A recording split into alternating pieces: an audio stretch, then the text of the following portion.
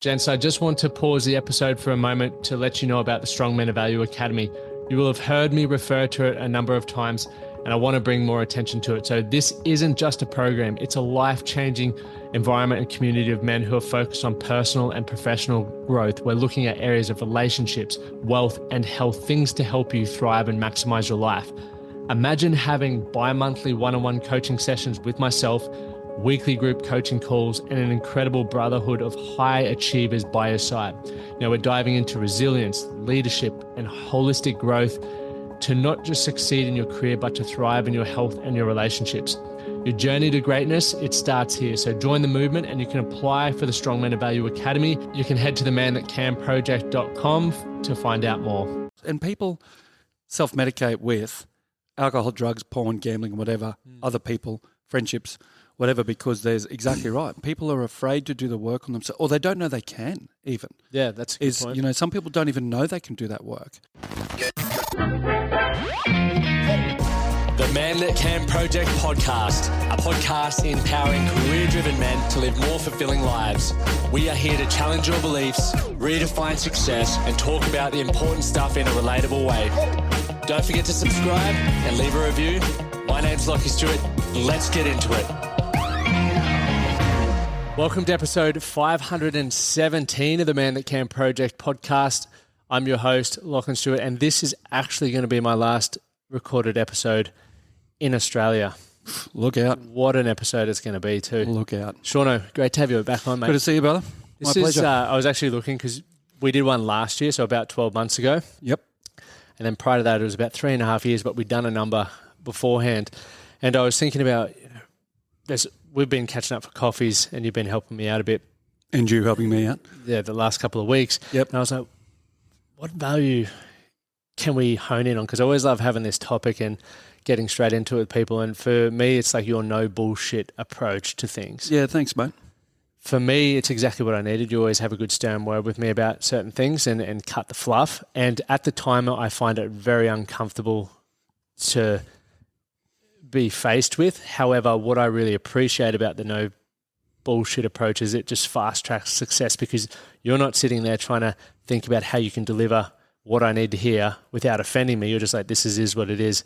I assume that you trust that I'm not going to get offended by it. You just pick it up and go. Why do you think it's important to cut the fluff? Mate, that last comment's really interesting, right? Because I still do get really concerned about offending people. Really? But, yep. Yeah, absolutely.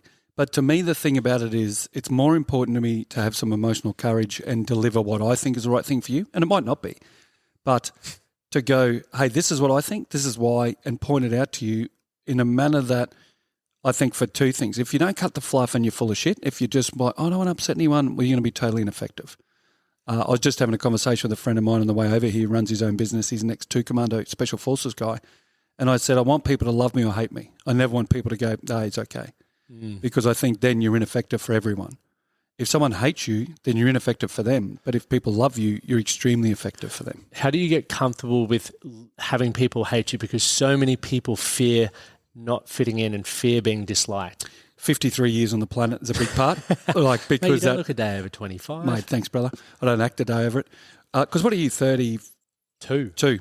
So I think at your age, it's a much bigger thing. And I think that's just because so much of what I do is based around evolutionary biology, right? Where essentially the stats are we're 98.8% the same DNA as chimpanzees. So we're slightly evolved monkeys. So when you're younger, you want to belong to your tribe. You want to know who you are. Like you're in a different phase of life to me. For me in my 50s, at your age, man, I was so worried about what people thought. At my age, I'm like, you know what? I've probably got 40 or 50 years left, 50 at best. Yep. And I go, so I'm just going to give less fucks now because I've been through enough things. I've wasted enough time trying to keep other people happy and realise that just wasn't the answer. And it isn't the answer for anyone. I wish we could I feel like I am like an older person in a younger body. Like I think I don't do what a lot of people my age are doing. Even last night, Amy and I watching Amber Heard and Johnny Depp, like fucking whatever they went through. And I'm looking at Johnny Depp, and this is all I'm thinking why this reality TV is going on. Is I'm like, geez, Johnny Depp looks old. And then his sister takes the stand and she looks like well old. And I'm sitting there going, I remember watching him in Pirates of the Caribbean where he looked extremely young. Geez, life goes quick. Oh, yeah. And then I started thinking about how quick's life going? What am I doing right now that I won't actually give a shit about in 10 years' time? What am I doing right now or stressing over that doesn't matter? That's all I think about when I think about, or even just watching TV. I'm like, shit, that person's aged. It reminds me of our mortality. Absolutely, mate. And I had a guy that I used to work in the cops with who was 59, and he fantastic human being, but never was a really big overweight dude. Died the other day. And I'm at that age now where I'm 53. A lot of my contemporaries from my policing career are in their 50s or late 50s, and are starting to die. And I'm like, when did that happen? Because to me, I still feel like I'm 30, right? But the thing for me is the irony is I think at 32 you feel like you're running out of time. At 53, I'm like, I got all the time in the world, particularly when you get to the point, this sounds pretty macabre and pretty weird to say this early in our chat, but I'm just so comfortable with death now in the sense of I go, it's coming for you, for me, for freaking everyone listening to this. And I honestly live my life, and as cliched as this sounds, my daughters, my partner, friends, or everybody that matters to me knows how much I love them. So if I walked out of here and had an aneurysm and died, I'm good. I don't fear that. So when you don't fear the end of it, then I'm like, how can I squeeze every drop out of the next 3 weeks or 30 years or 50 years? Yep. Like my goal's 110. So I go, I've got 57 years left. And people look at me and go, oh, I don't want to live that long. And I honestly look at them and I say to people, I go, well, if I was you, I'd want to be dead at fucking 80 because you're miserable. Like if you live in an epic life, I intend to be 80 years of age, still going to the gym, still training, still looking fit. So what are those things that you do to prepare yourself if you were to live to 110? For sure. Mate, there's 6 what I call life basics that I live my life by: sleep, nutrition, training, meditation, journaling, mental rehab, podcasts, books, everything. The stuff you talk about, exactly the same. Then it's moving. It's a lot of it for me now is being very careful about who I spend my time with. I spend a huge percentage of my time with people who are a lot younger than me, because I've got a young guy who's 25 that is trying to get into my old canine unit, the police. Him and I train together. Another guy, that SF dude, he's in his mid-30s. Because I find most people my age, they're already giving up. Like most guys in their 50s are like, oh, it's over. I'm just a fat, useless sack of shit. I'm sitting on the couch eating Doritos and getting chips, like getting dust all over me, Dorito dust on me while I watch some shit on TV. Johnny Depp and Amber Heard. Yeah. and when I look at it, mate, I just think, and it's cliched, but whatever you believe is true is true. Your life happens for you or to you. And the environment impacts you, because if you are around people who are saying, oh man, my back's aching, I'm hurting, you start noticing that within yourself. Absolutely. That's why it's very interesting that you say you started to hang out with younger people. I guess for the last decade, I've been hanging out with people who are older than me, who have what I want in certain areas, because I was very clear from 2014 that if I'm going to have my own business, I want to be able to be flexible. And if Amy and I have children, I want to be able to be a present dad, but one also who's also got it together emotionally and physically, so I can be the role model that I want to be. And as a result of that, it's like most people who were my age at that time weren't doing that, and they didn't want that just yet, which is okay. Yeah. So I go to the people who do want that, who do have that, which meant I had to build relationships with people who were older than me. And mate, and it's for me, I'll go and talk to people who are 70, 75, so long as they're savages, in the sense of so long as they're doing shit. They don't have to be the David Goggins running marathons and stuff like that, but they have got to be people who are doing significant things in their lives, particularly around impacting other people. Like for me personally, I earn really good income in my business. I love it. The most exciting thing I've done in the last year is get a new dog. Like I've got a Belgian Malinois. It's like a... So you were just down at the park before? Yeah. So she's a German Shepherd, they say, but it's like crossing a German Shepherd with a crocodile and putting it on crack. Like she's insane. Her dad's an SAS combat assault dog and her mum's produced 4 police dogs, and I get that as a pet because I go, that'd be fucking great fun. Now, anybody with a brain in their head doesn't do that. No. But I go, but I'm not like anybody. So I go to the park with the dog, it bites me, I'm having a ball because it's pushing my limits. I go to the gym, and my training at 53, I've dialed it back from when we first met, because I'm like, well, I'm not going to smash myself 6 days a week at CrossFit. That's not going to give me longevity. So I'm, ice bar saunas, all that stuff that we talk about often. But I'm like, how can I be as fit and able and active and driven as I am now at 70? Because I go at 70, time's just going to drop away. There's going to be far less competition. And at 80, like at 70, I want to be the old dude, purely vanity and success driven, that takes his shirt off at the beach and people are like, holy shit, look at that jacked old dude. that motivates me 100%. Yep. And that's where it comes back to getting clear on who you want to take or whose opinions you want to listen to and what feedback you want to take. If, for example, you're talking to another 7-year-old who's morbidly obese, doesn't have a healthy relationship to save himself, and they're trying to tell you how to live your life, it's like, absolutely. You can tell me all you want, but your opinion doesn't carry any weight. Well, you've done personal training for years, right? If you're a fat personal trainer, no one should listen to you. No. Wasted time. Exactly. Because it's not only what they tell you to do, but it's the small things that you can start to understand how they actually live their life, the decisions and choices that they make, how they think about things, the perspective that they view life through. That's where the gold is. Because if we want to get a 6-pack ab, if we want to make $1 million, if we want passionate relationships like The Notebook, jump on fucking Google. It'll tell you step by step how to do it. But what's missing is the stuff that I just mentioned. What decision would this person... Execution. Execution, exactly. How they respond to things. And that's where the environment becomes so important in surrounding yourself with who you want to become. Totally. Well, you look at... There's nobody doesn't know how to lose weight and be healthy. There's not a person, on the planet, not a person in the Western world that has a mobile phone who doesn't know that you should eat good food, train, etc. Move more. But exactly. But obesity is, one of the biggest challenges for us. So I look at it and think it's super simple. I just want to be around the people who exhibit the types of behaviours and the type of personality that I have. Even results, even these days, are less important to me. It's the attitudes and who the person is. Yeah, who you become in the process. Because you can apply that to whatever result. Like you're going to do your obstacle racing, right? I'm like, yeah, that's not my thing. But I go, that's epic. How good's that Lockie's going to do that? I get this psycho dog. You're like, I want no part of that. But yeah, that's cool. I can take some lessons out of that to go, yeah, I'll do shit that no one else does, whatever might be that thing. Yep. And I think it's really easy when you get at my age. This analogy that I came up with years ago. Probably only a year ago. And I love analogies where I go, to work out who you should keep in your life and who you should let go, and that's a huge thing for people. I think that's one of the biggest challenges. It's like if you're the jetty, you're the dock, and all the boats that are tied to the dock is like the people that you have in your life. Mm-hmm. Undo all the ropes and let the ones drift who drift and let the ones stay who stay, however that works. Since I've done that, I've never been happier.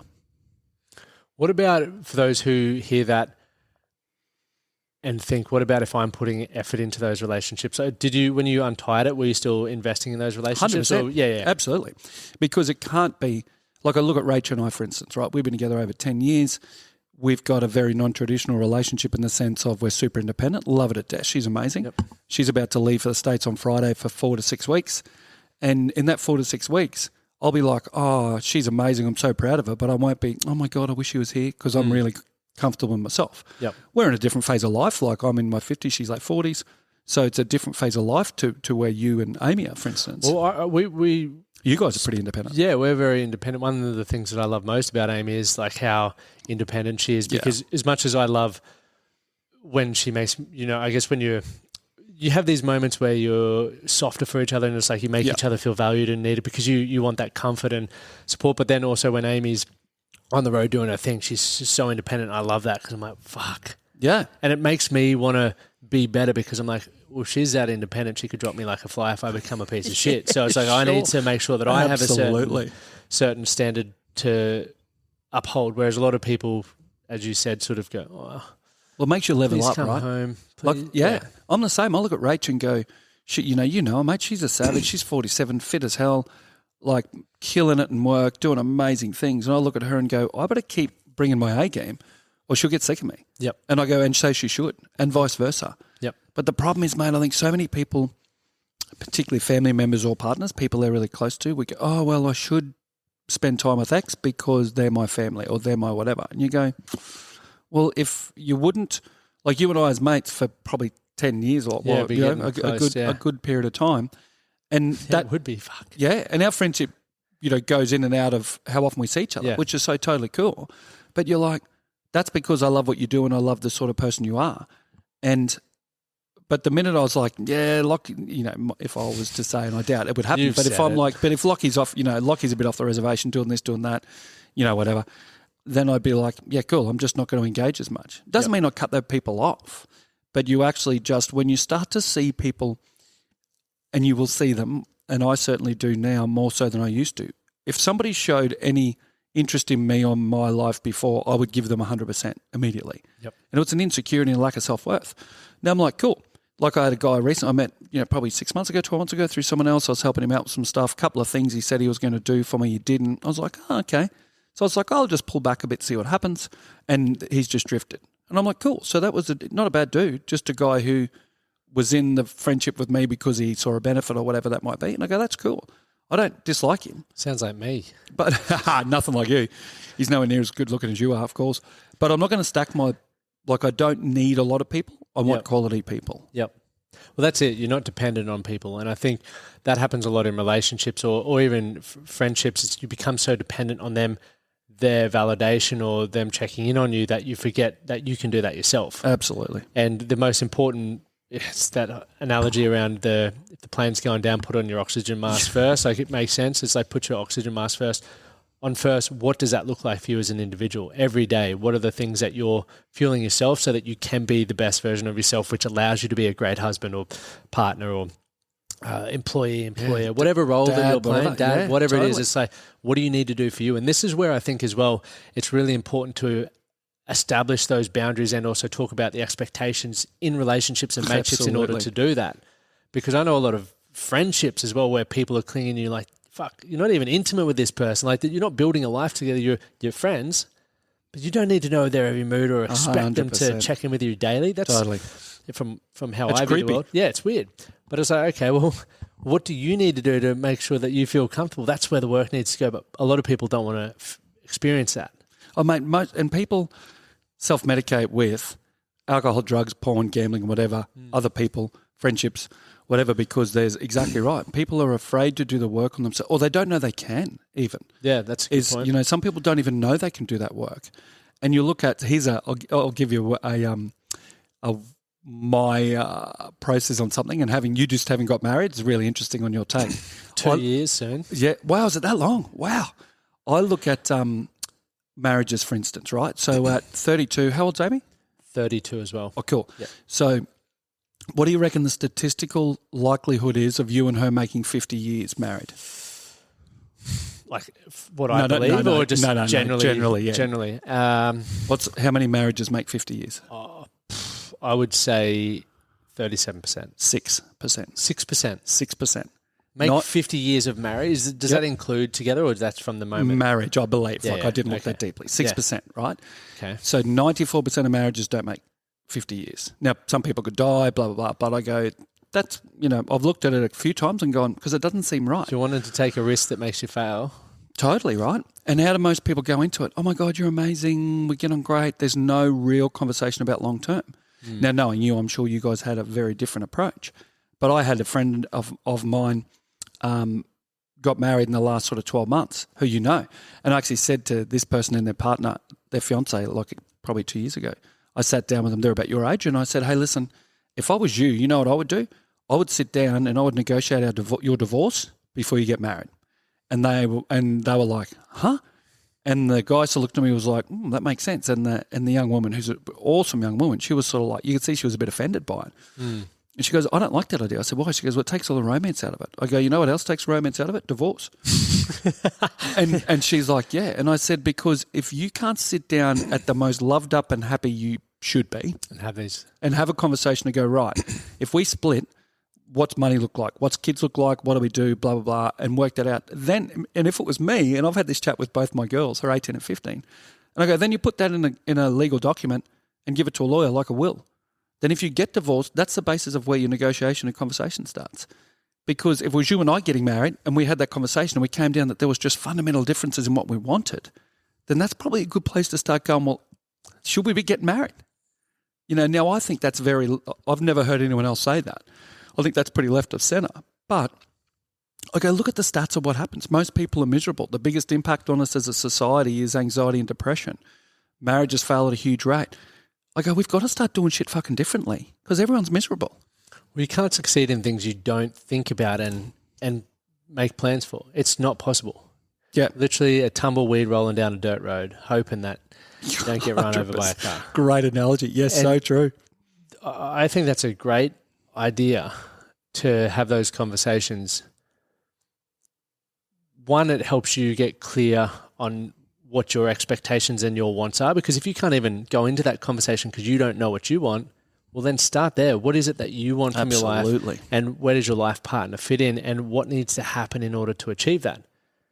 The most simple response would come back to get clear on that and then have that discussion with your partner and work out if there are compromises needing to happen or if you need to part ways or if it's going to just be exceptional.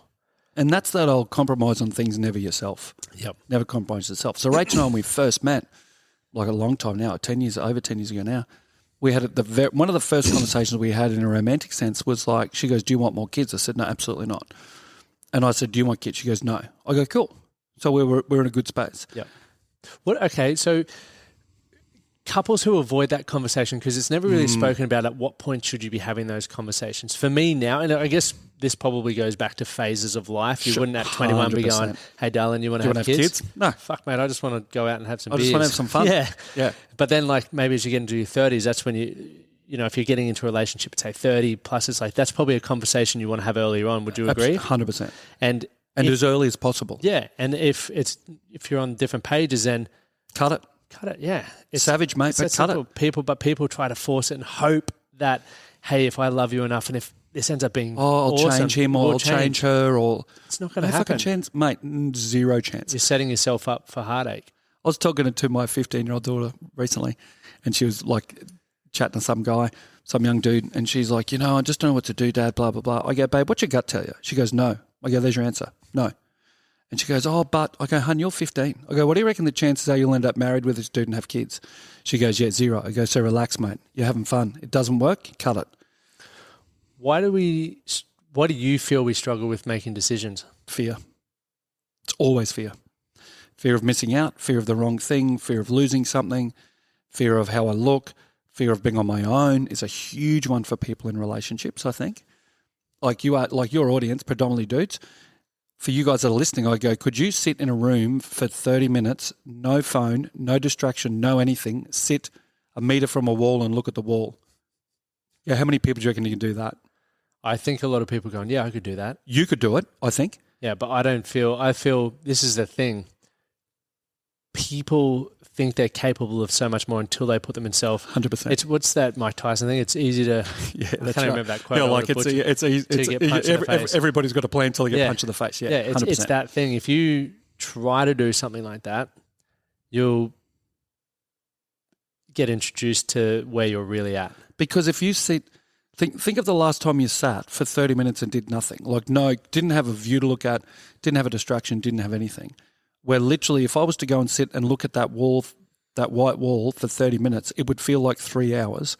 And every demon and every negative thought and everything that I've, pushed down and tightened the lid on would start coming out. Yep. And that happens all the time, mate. And people avoid that. We avoid discomfort. So it's the fear of something, but often the fear of discomfort that has people not make decisions. Discomfort is something that we can dive into, change a bit of a segue, but I think in today's society, I believe we're going soft. And when I say soft, I mean in our ability to deal with adversity and challenges, our ability to discuss or have difficult conversations without,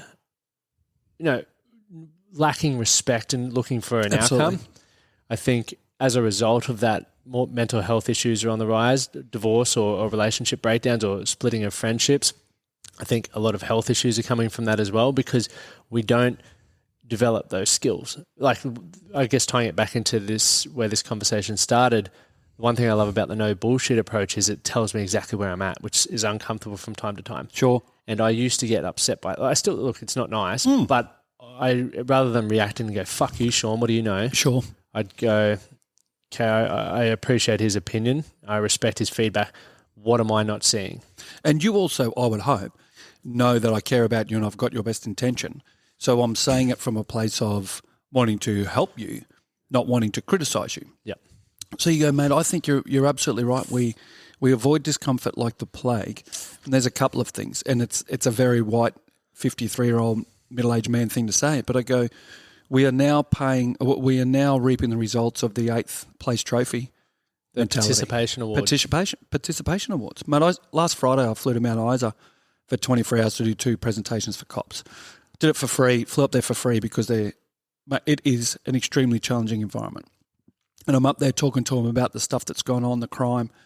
And I got a phone call from a guy this morning who's a guy from my old canine unit who's up there, young dude, 29, great young guy.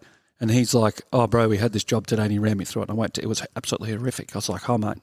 And it's not an unusual experience. If that particular thing happened in freaking New Farm in Brisbane, the Today Show would be here, Sunrise would be here, it would be the biggest thing in the world. It was a DV murder.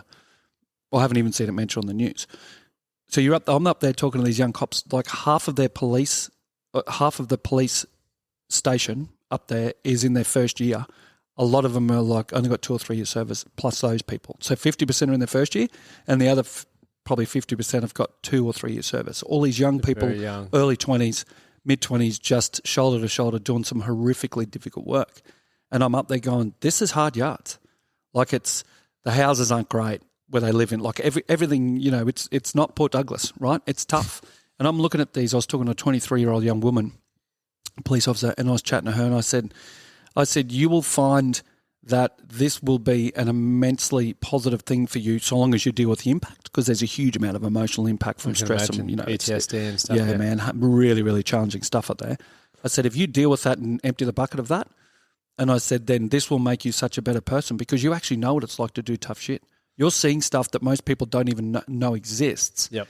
So when you go out into the world and other things happen, you're going to be like, big deal.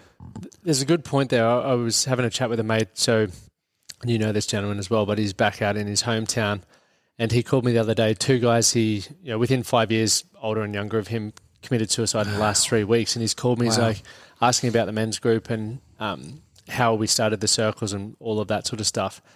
And one of the challenging things about that is like a lot of people needing to talk, needing to communicate, and everyone has issues. For sure.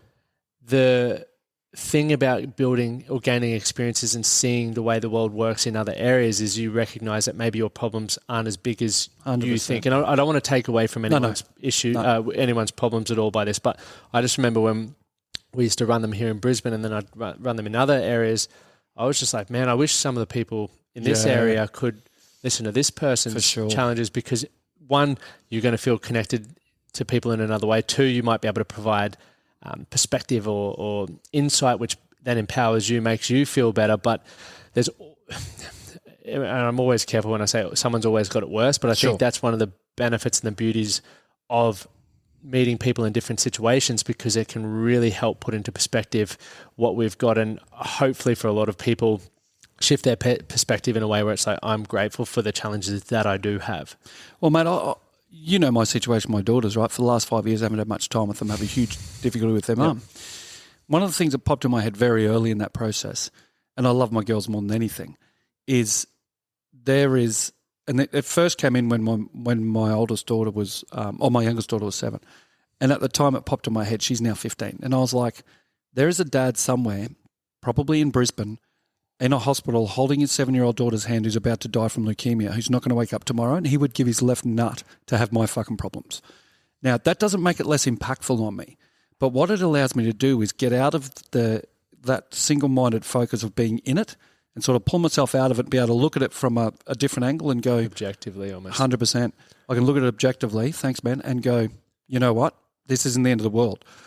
I've got another 50 years with them. If I have a few years where I don't see them as much as I want, I'll be able to get there. But we get so caught up in our world, and I think particularly these days, because we're at the best time in human history, there's more money around than ever, health, we are as evolutionary as a species. We've never been in a better place in the Western world particularly, but even globally. So I think that's a downside, because you look around and go, Instagram, #blessed, all the bullshit where everybody pretends they're super happy, then your problems seem 10 times harder, because you're like, shit, Lockie's living the dream. My life sucks. So the disparity in that seems huge. That's part of it. The other part of it is, mate, I just don't think, like, we've nerfed the world.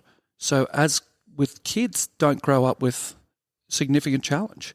And we're like, I want them to be a free spirit and just explore who they are. I'm like, no, I want them to sit down and do what they're fucking told, because I'm training them to be a good human, a good adult. Yep. And it's not generational, mate. A lot of people my age and my dad would say about my generation, I go, it's not generation, it's societal. Everybody who's allowed to be offended, and we encourage it, and nobody is supposed to take responsibility for their actions. It's always going to be someone else's fault. And my thing in my life, and I said it briefly before, I live by a few things, but one of them is life happens for me, not to me. So if a shit situation hits me, and they still do, I go, what can I learn out of this? What's the advantage? I was talking to a group of soldiers the other day, and I said that thing. And this guy at the back goes, oh, yeah, but, you know, what if you got a really tough thing in your life? I said, cool, what's your thing, man? And he goes, oh, I'm got a TBI and I've got a significantly reduced life expectancy. I said, cool. I said, I'm going to say stuff to challenge you deliberately. I said, I'm not trying to be an arsehole, but just stick with me because I'm going to use an extreme example. He goes, yeah, cool. I go, how old are you? He goes, 45. I said, awesome. I said, let's say you only had 5 years to live. He goes, no, it's better than that. I go, cool. Let's say it's 5. I go, you don't have to worry about retirement. You don't have to worry about getting old. You don't have to worry about your health. You can just live, you can live a life for the next 5 years, living the dream, and then die at 50 and be good. I go, there's a silver lining. He goes, holy shit, that's true. Now, that's an extreme way to think of it. If I got diagnosed with cancer and I had 6 months to live, I probably wouldn't be as upbeat about it. But that would be my intention. I go, you know what? That is what it is. If I get diagnosed with cancer, I'm going to be dead in 6 months.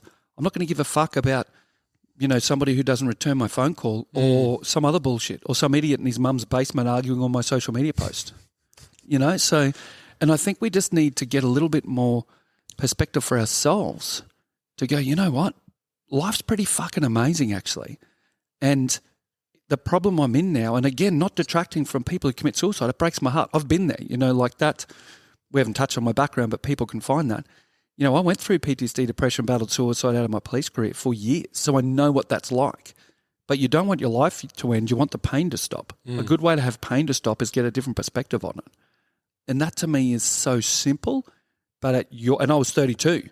Ironically, at your age, I had a Glock on my hand, going to blow my head off. 53, I'm like, fuck, I've never been happier. Why is that? Because I do the work. That's the difference, right? And it's interesting when you share that story as well. I had Kevin Hines on the podcast. I don't know if you ever listened to that. He jumped off the Golden Gate Bridge. Yes. Exact same story. Like he's obviously a mental health and suicide prevention activist. And he's like, the moment that my hands left the railing, I knew that I didn't want to die. I just wanted the pain to stop. Exactly what you said. Overwhelmingly, the stats say that about people who survive suicide. And it's, once again, and I've been not where I wanted to take my life, but I was at the point where I didn't care if I woke up or not. So I was still at this point of sadness. And very similar thing. Yeah, not very happy. And in a mind where I'm not emotionally charged or I'm not emotionally sad, it's like it's easy to say that. Yeah, totally. I also understand the flip side where it's like you don't care because all you're worried 100%. about, and this is where we think about pain and pleasure, right? The two things that motivate the human to do things. And quite often we want the nice thing. Someone walks past us on the beach and go, fuck, they're jacked. I want to hit the gym on Monday. I want that. 100%. And then we realize how hard it is. We're like, it's too hard to get out of bed early. I don't want to lift that heavy weight. I don't want to exert myself. So next year. And I would actually challenge you on one thing. I don't think we are driven by pleasure. I think it's all pain aversion. Oh, no. I didn't get to wrap around. Sorry, man. But yeah, the pain is what, the pleasure is what people think they want. But it's my psychologist, and once again, everyone, it's their own. This is just what works for me. But my psychologist has said to me a number of times that I need to change my relationship with that because I use a lot of pain to motivate me still. It's everything that I do is out of the fear of not being good. And, you know, we speak about that. 100%, man. But there's a difference between these fears and these pains and not doing anything about it and not using it to do something good or to take it on board and go, all right, I don't feel good enough. I don't feel strong enough. I don't feel worthy enough. Let's fucking work. That's where the place where I come from. I do want a lot of things, a lot of pleasures and stuff. For sure. Everything, the reason why I get up still at 4 o'clock, even when I don't have to, when I record, all the stuff that I do that's hard is coming out of a pace of trying to get away from pain. And that pain's going to keep coming with me because I choose to bring it. And even if the pain is something simple like, I've done 2,750 podcast episodes, right, every day for the last freaking X amount of years. And I looked up today, Rachel was talking to a client of hers in the States. That's insane, by the way. Who's a keynote speaker. Yeah, thanks, man. And he actually, she goes, he looked up your podcast on this keynotes it's called. Yep. No, listener notes. And it's in the top 1.5% of podcasts in the world. I was like, what? And I looked, yours is in the top 2%. I looked it up. Maybe. I wasn't going to tell you if you beat me. Joking, obviously. But I looked it up before I came in so I could tell you. And I'm like, there's 3.17 million podcasts in the world. Yep. yours and mine are in the top 2%. I'm like, holy shit. So normally I'm a 1%er in life, so exactly. That makes me angry. But so you look at it and go, so we're in the top 50,000 podcasts or something roughly, or something like that number. And I go, that's still a shitload, right? So I'm probably not going to consider myself Joe Rogan just yet, but soon. I look at that and go, like, that's been, whatever it is, 7 years or 6 years of me doing a podcast every freaking day. Now, that's just part of who I am now. And every now and again I'll go, I'm going to ditch it. I do it in the car. It's easy. It takes no time for me to do. I go, I think I'm wasting my time. People probably think it's shit. Fuck, there's 2,700. They can get what they need, blah, blah, blah. And then this week I've had 2 conversations with people who've said, hey, fuck, man, I was going to one guy's in a really bad place, not a cop, but similar sort of job. And he goes, man, I went through some really tough stuff last year. He'd see me speak and he goes, I'll listen to your podcast, and fuck, it dragged me out. Someone else, a friend of a friend, their friend, they put him onto the podcast. So it's 3 people removed from me. I've never even met this person. Yep. And they gave it to them 2 months ago, and then the third removed came back to the second removed, and they said, hey, just letting you know I was going to kill myself, and then you gave me that podcast and I didn't. And I'm like, holy shit, well, the pain of me doing 10 minutes a day for 2,700 episodes, I better keep fucking doing it. Because if one person, and that sounds super melodramatic, but I go, if that person actually didn't kill themselves because they listened to what I said on my podcast, then it's worth 2,700 fucking episodes. That's painful.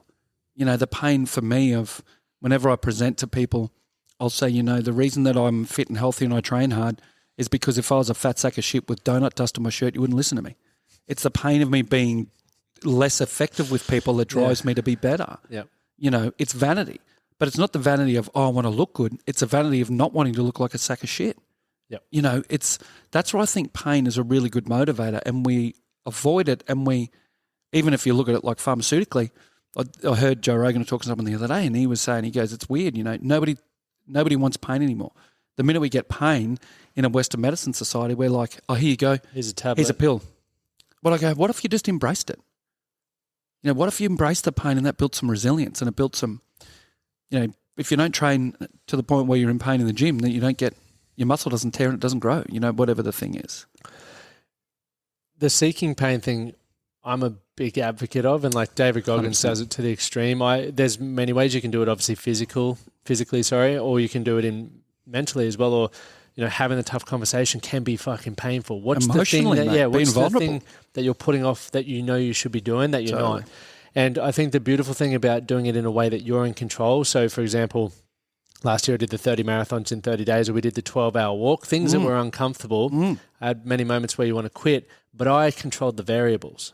I could quit if I wanted to. Yeah. Whereas what it prepped me, it taught me a lot about myself, my mind, preparation, having a good team around you, all the things we all talk about in order to be successful and have a great life. But what it has now given me is that insight for if shit happens, if adversity comes my way and it's out of my control, I've been in a similar situation before. So now I will go, if I'm in adversity, all right, who's my support network? Yeah. What is my mind going to try and do to check me out here? How can I best prep for this? Like, it's going back to that same framework. And a lot of people get anxious and overwhelmed and they melt down in these situations because they aren't training for it. And I think it's so fucking important, because there's one thing, well, there's a couple of things that are certain in life, but adversities come in your way, especially if you want to live a great life, because you're going to have to grow. And part of growth is pain. Yep. And that comes back to that evolutionary biology, right? Where I come back to, if you haven't prepared for pain, then your monkey brain, which is it's something like, chimpanzees are 500% more violent than humans. So that part of your brain's 500% more violent. Have you watched that Chimp Empire? Yeah, epic. How good. Like, it's us. How you watch it, you go, it? It's just us, mate, right? I watch that and I go, there is a fucking monkey in my brain that's 500% more violent than me, my rational brain, faster, stronger. So I have got to be on my ball, or like on the game and on the ball, if I'm going to keep that under control. Talk about that pup, my Belgian Malinois, Blaze, her name is. I got a female one because the breeder said to me, if I give you a male one, like no one, I got it because I know the dude, he would only give it to people who've got previous, military or police experience. He goes, I don't want to give you a male dog because it will try to kill you and no one else will be able to handle it or touch it. And I'm like, yeah, that doesn't probably make a lot of sense for my pet dog, right? So because I'm going to use her for keynotes and workshops and stuff for exactly this point, where I'll have her so epically trained. I'm glad you didn't bring her here. She's in the car. She's in the car in the should have garage. left the airflow in No, there. she's sweet. Okay, She's good. cool. I'm giving her some adversity. But this part, she's so good. She's only 11 months old, but she's going to be this amazing dog, already is. But if I didn't train her, she would be a nightmare. I had her out in the backyard for like 45 minutes while I was sitting on the back deck doing work, and she pulled a branch off the tree, chewed it up, tried to, like, she's a savage. She'll destroy everything. That part of your brain, that fear-driven monkey mind part of your brain is exactly the fucking same. If you don't train it, it is going to cause mayhem and destruction in your life. Alcohol, drugs, all the stuff we've talked about before, anxiety, fear, self-doubt, all the stuff that will push that monkey to the point to go, I'm in so much pain that I need this to end, and suicide is the answer, or whatever is the answer.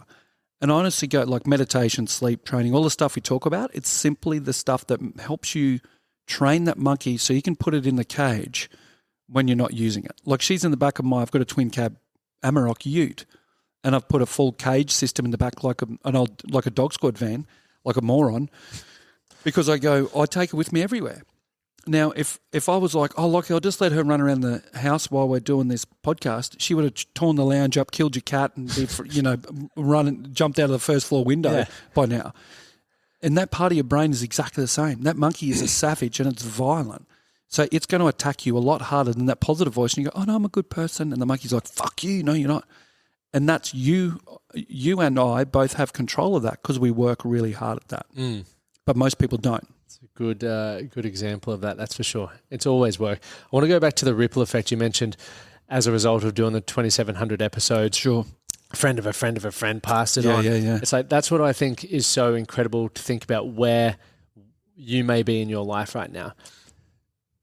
We're always trying to one up the generation before us, and I think we get to learn from their experiences. It's called evolution, both. Yep. Called evolution.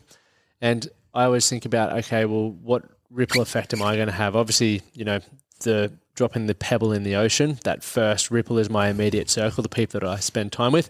The waves of the ripple are people who listen to the podcast or who share the podcast. What did you say? This is 500 and something? What? 517. Like, amazing, mate. A lot of episodes. Epic. Yeah, trying to catch you. But it's now a resource that because I've upskilled myself, I get to interview people like yourself and other people who are doing great things or have insights and perspectives. You can pass that on as a tool. The person who's receiving it now gets to listen to it, and hopefully it has that, or it flicks the light bulb for them or the switch, and they go, oh, wow, that's the one thing I needed to hear, that I now am ready to take action and to do something different. And I encourage anyone who's listening to think about, we're all leaving a ripple. Is it a positive one or is it a negative one? Awesome. Lockie up until 24 wasn't leaving the best ripple. Post 24, leaving an epic ripple. And I'm still very mindful of what that's going to continue to look like as I get older. Because how many people do you see who crush it for a couple of years and come undone? Oh, yeah. We see most athletes, actors, celebrities, all that sort of stuff, because they don't work to deal with the pressure of expectation of self, the pressure of expectation of others. And the more successful you become, and I believe a lot of people who are listening to this are listening because they want to be better. Yep. So the more successful you become, regardless of what that is comparatively compared to you or I or anyone else, from where you've been, there's going to be more pressures. And you're always going to think you're going to have to chase something that, as we established at the beginning, doesn't really matter. And there's a great, I'm the king of stats, and 100% of them I've made up. So you go, like there's some sort of stat around lottery winners that they go within 2 years, 87% of lottery winners are bankrupt or in a worse position than they were before they won. And I heard one the other day, someone else told me that 36% of lottery winners suicide. So I haven't checked that. So full disclosure, I don't know if that's true. A friend of mine told me that. He goes, 100% it is. So you go, if 87% of people end up in a worse financial position when they thought the money would be the answer, and then 36% of people who win multiple millions of dollars suicide, why is that? And I go, my backyard bro science hypothesis is because that magnifies the insecurities and dramas and lack of self-worth and whatever they have. Because when you got $10 million, if you got $1,000, you can fuck up a little bit. You got 10 million, you can make a massive fuck up. Yeah. I was actually talking about, I did a presentation for Loan Market before, and I was talking about that exact same thing. So my contract, when I played overseas, right, you get paid, you're living overseas as a 21-year-old bloke, you're like, yeah, this is the ducks. Killing it, like, I'm absolutely killing it. And I always thought that achieving that one thing would solve every issue in my life, meaning my relationships would be world-class, people would want to be me, finances would be sorted. But what I've since learned, and I wish I knew this back then, was relationships, there's many skill sets, right? Negotiation, conflict resolution, communication, da-da-da-da-da. Same with money, right? You can earn a lot of money, but you can also spend a lot. So how do you manage your money? What do you do? You know, all of that sort of stuff. And what I wish I knew back then was, okay, look, yeah, you're succeeding here, but you also need to be learning to succeed in these other areas, because as a whole, that's what's going to give you the life that you want, not just the thing that you think it is. And people who are listening to this right now are chasing that in their careers. They might be chasing it by being a yes man and trying to be a people pleaser in their relationships. And it's like, dude, you suck everywhere. Well, mate, it's a classic. I call it the once I get that, I'll be happy. Yep. And I've had 7 million of those. Yeah. I remember vividly, one of the things I wanted a number of years ago now, when I was in my corporate career, I go, once I get a Range Rover Sport, I'll be happy. And I'm like, I'm not a fucking Range Rover Sport guy. Like, who are you kidding? Like, that's just not who I am. You're a Dodge Ram kind of guy. 100%. I have a small enough penis to get a Dodge Ram. So, but when you go, so for me, like, I've got a 5-year-old Amarok, twin cab Amarok truck that I bought recently, and I'm like, I love this car. Like, and I could have bought a brand new one. I'm like, cars, couldn't give a shit. Clothes, couldn't give a shit. Houses, as long as, like, we live in a really nice house, but it's not, you know, I'm not like, hey, I've got this great house, come and see it. Like, hardly anyone comes there. It is honestly, and as cliched as it sounds, particularly for guys your age or younger, like 20s, 30s, but there's plenty my age still chasing the dragon. Yeah. I'm like, nothing external makes you happy. And I honestly believe that, not partners, not whatever. Because if you don't love the person you are, then all that thing ends up being is something to chase, to distract yourself, and then you get it, and then you've got to chase something else. Then it's a new thing. So, and that is obviously a massive challenge. But, you know, fuck, at the end of the day, you've got to be happy in you or everything falls apart. Yep. Right? That's simple. Very, very simple. Shaun O'Gorman, everyone, where can people find you? You've got 2,700 podcast episodes. You've got the website. Link us up. The Strong Life Project. If you Google that, you'll find me. If you're looking YouTube as well, you can look at his shirt. It's all spelt there. Yeah, mate, it's all spelt there. Thank you for being my last podcast in Australia for a while. It's been an absolute pleasure. We've covered some hard-hitting convos. And if any of the stuff, obviously we spoke about suicide, got people, make sure you reach out to professionals. Go to Lifeline, go to whoever. Yep. If anyone wants to talk to me and wants my help, go to Insta to the Strong Life Project, shoot me an Insta message, happy to chat. Yeah. Awesome. Thank you. And remember, like, share, subscribe, do all the fun stuff. 100%. Hit follow so you never miss an episode. Thank you for listening in. Thanks, mate. Thank you for listening to the Man That Can Project podcast. My name is Lachlan Stuart, and I hope you enjoyed this episode and found it helpful. If you did, please take a moment to rate and review the Man That Can Project on your favorite podcast platform. And don't forget to subscribe to stay up to date with our newest episodes. We'll see you again next time.